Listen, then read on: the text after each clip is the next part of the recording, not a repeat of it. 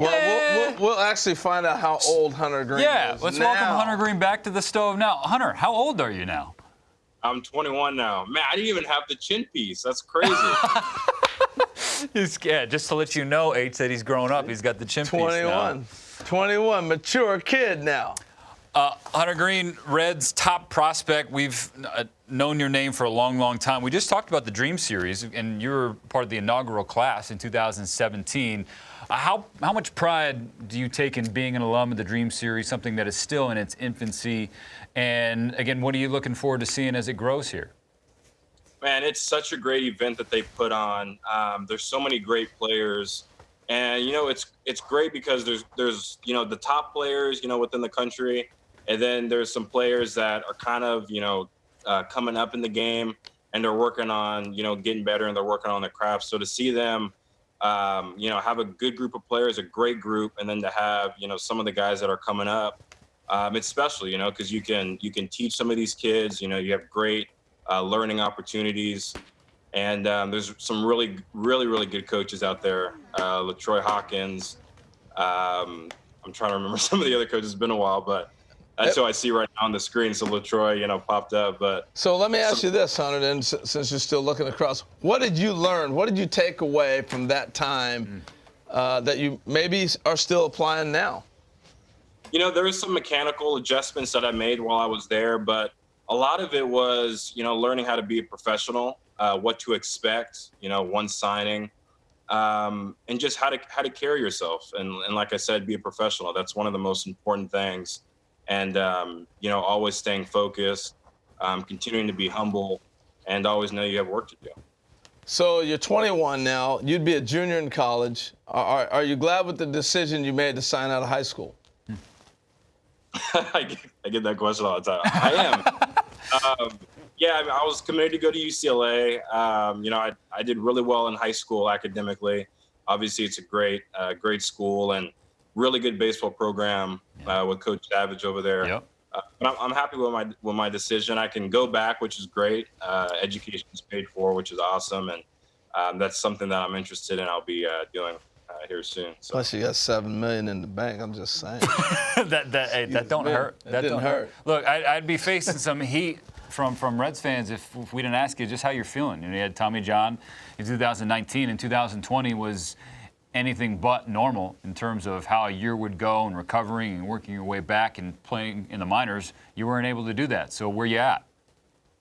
Yeah, it's a long process. In April, I'll be coming up on 2 years since surgery, and it's gone well. Last year, I threw 100 innings. I threw about 50 here and 50 at the alternate side up in Cincinnati. So I felt great. You have your days, as you go. Continuing to work on the rehab, the maintenance with, physical therapists and trainers. But it's all part of the process, and I've learned a lot about myself, not just as a player, but as a professional, as a young man. So it's been a great process overall. I'm not glad that I got it, but I've learned a lot and I've matured over that time. So for me, it's kind of been a win, and I'm young. So it's worked out. So, Hunter, you were a two-way player coming out of high school. And obviously you went into pitching. They let you hit just a little bit. But now there's video being unearthed, and you're talking a lot of smack about you can still hit. Man, I picked that bat up. I was like, oh. I'm not going to lie, though. The first 3 balls I hit were line drives to the back of the net. So I was like, all right. I got to get those shorts, though. That's what I need. I need those shorts in the rotation. So People are like, the shorts are getting shorter. I'm like, hey, man.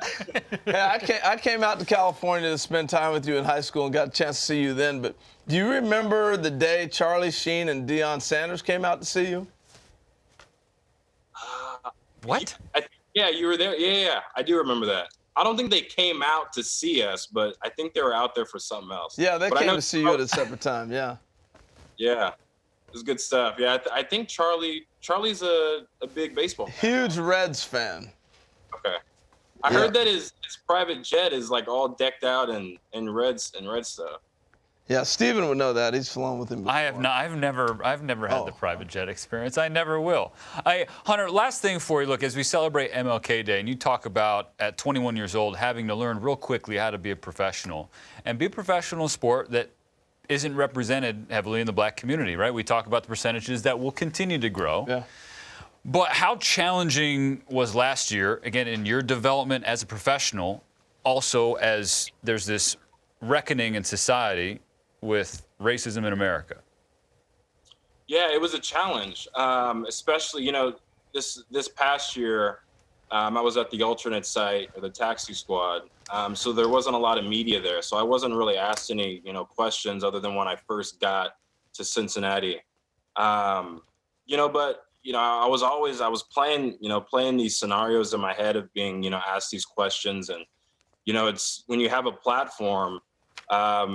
At the end of it, you got to say the right thing, and it's got to be genuine and true, but it also has to be inclusive. And that's been one of the biggest things that I've preached within my baseball camps, and just working with the youth and with players, coming up in the game, is always be inclusive. And, at the end of the day, people want to feel welcome. They want to feel valued and included. So to create that environment for people, no matter, where you are, who you're with, is extremely important.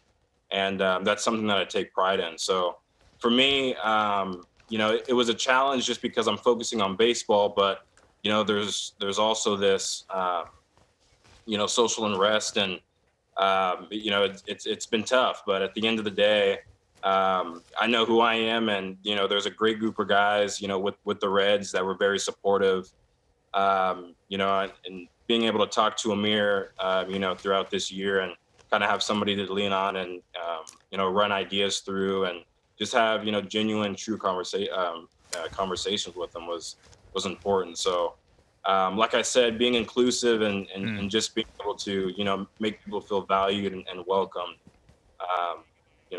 I think is the best thing. Hunter Greene, thank you so much for taking some time to visit with us on Hot Stove and sharing your experience. And again, being a Dream Series alum, we'll talk to you again down the road. You stay healthy. Thank you, guys.